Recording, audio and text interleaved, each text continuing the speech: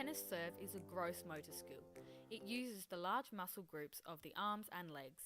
Although I do not use much of my legs in my serve, we can see that when the elite athletes serve, they bend their knees right down and push through their legs as they jump up and hit the ball. This helps them put maximum power into their serve.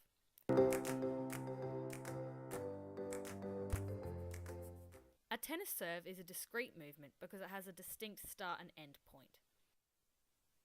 It is performed in a more closed environment.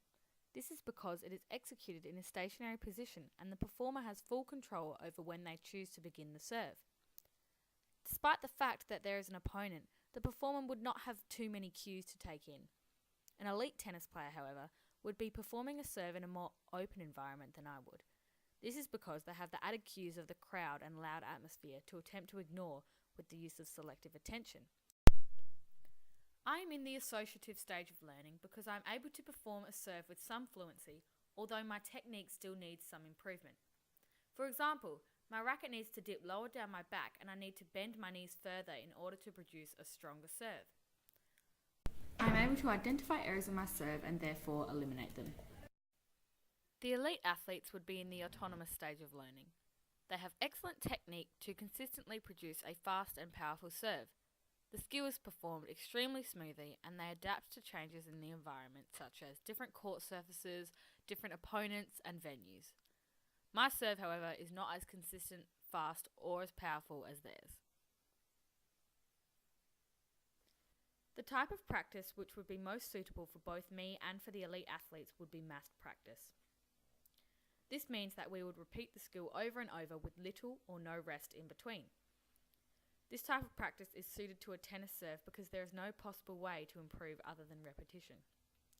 The skill cannot be opened up any further. It is solely dependent on the performer's ability to consistently serve with smooth movements, power, speed and aim. When participating in massed practice, however, an elite athlete would be much more consistent than me and would not have as much to improve on.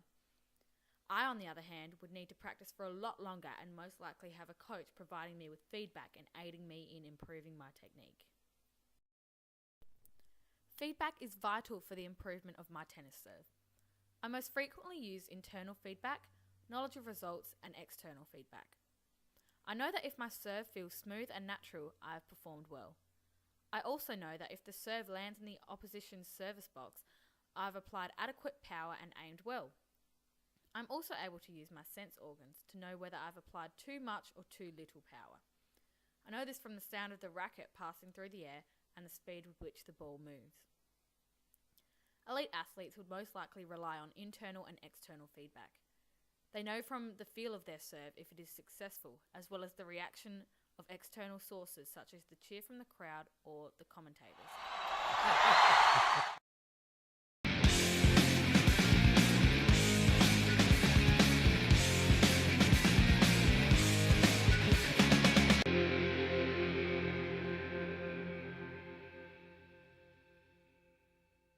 To make a tennis serve easier for a beginner to learn, I would first demonstrate the skill myself, whilst pointing out a few key cues to focus on.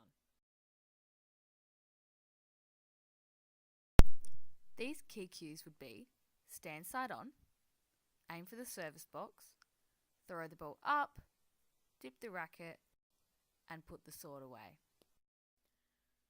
I would then get the beginner to try the skill themselves whilst saying the key cues. I would provide positive and affirming as well as some negative feedback to the learner, saying things such as, "Good job, that was heaps better, and put a bit more power in," to let the learner know that they are doing well but also to help them improve. A tennis serve predominantly consists of angular motion with a small amount of linear and general motion. The arms rotate about the transverse axis to hit the ball. As you can see from the elite athletes, a small amount of linear motion is involved as they bend their knees to build up their power. As they spring up to hit the ball, general motion is involved as their arms rotate to hit the ball while the rest of their body springs upwards and forwards.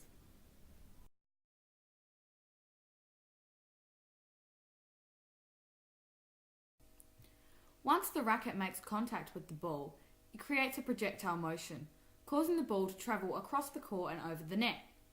The forces impacting on the ball in its projectile flight include air resistance, the orange arrow, and gravity, the blue arrows. These forces decrease the ball's speed and bring it down to the ground. The flight of the elite athletes' serves are a lot different to my own. The height at which they make contact with the ball is a lot higher than my own because they jump up to reach it. This changes the projectile path of the ball as it starts higher and travels down in a straight line. Mine is more curved and therefore less powerful, since it works against gravity and loses momentum and speed on its way to the top of its flight.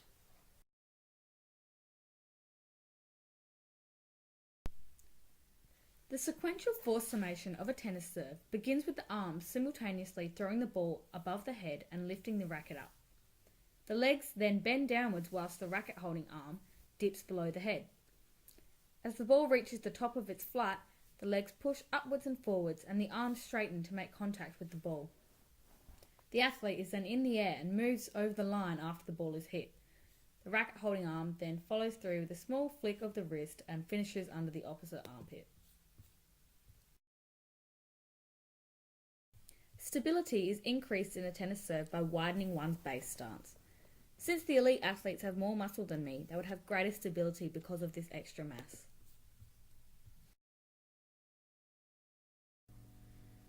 Impulse and levers are two more biomechanical factors which influence a tennis serve. Impulse in a tennis serve relates to how long the force is applied to the tennis ball.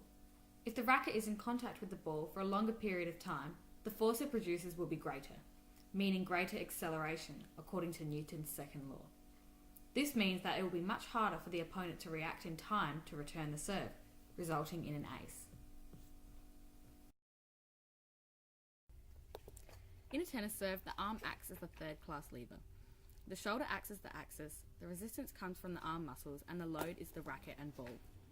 The tennis racket extends the lever, meaning more force is produced. In order to control this long lever, in a tennis serve, it is shortened as the athletes bend their elbows whilst bringing the arm over their head. The lever is then extended as the ball is hit to produce maximum force. Thank you for watching my analysis of a tennis serve. Thank you for watching. Yeah.